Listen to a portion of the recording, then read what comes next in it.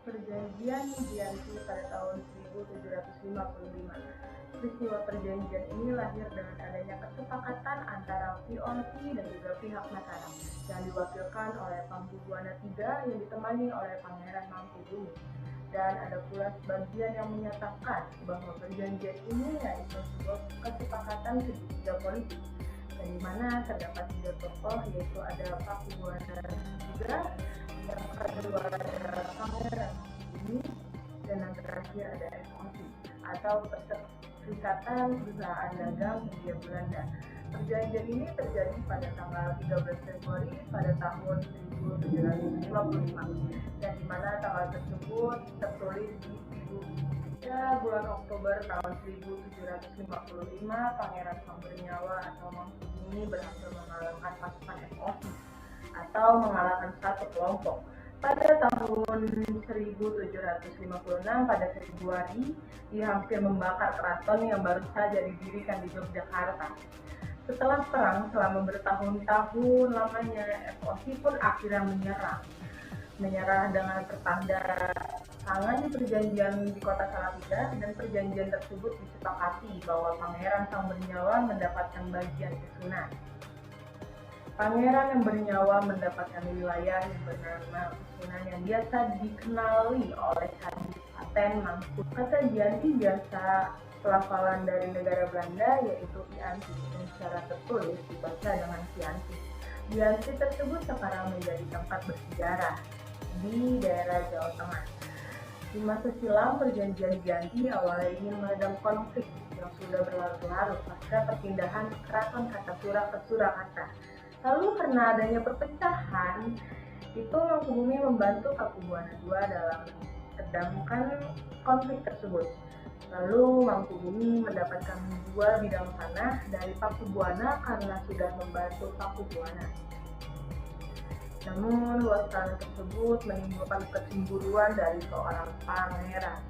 Dari situ pangeran tersebut memberitahu kepada Gubernur Jenderal Barot Pasinfrog. Ia adalah seorang jenderal yang ada di Batavia. Lalu dari situ gubernur mengeluarkan keputusan yang membuat tanah itu tidak jadi dikasih kepada Mangkubumi.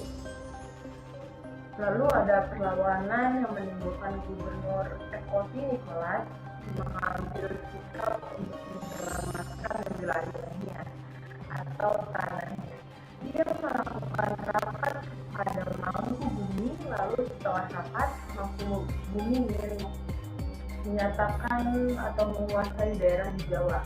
Pada tanggal 29 September pada tahun 1754, kesepakatan Mangkubumi dan Gubernur FOC terlaksana.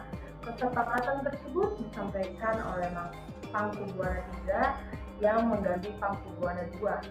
Isi dari kesepakatan tersebut yaitu Mangkubumi akan mendapatkan wilayahnya.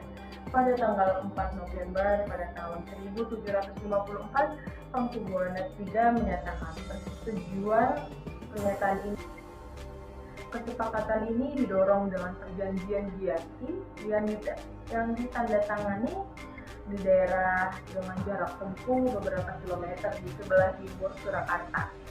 Perjanjian Giyanti tersebut menimbulkan terpecahnya tanah Jawa menjadi 2 bagian wilayah.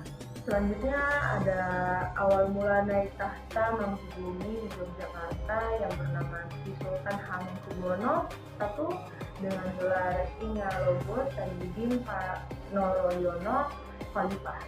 Lalu dengan seiringnya waktu berjalan, Giyanti tidak merinci dengan pembagian wilayah.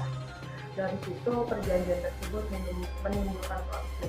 Pangeran Sambernyawa berjaya dengan gelar Panji Gusti Pangeran Adipati Aryo Mangkunegoro Leloyo Joyo Miteto Senopati Ing Aibo Satyoroyo Mataram Ing Nagari Sukoharto Adiningrat.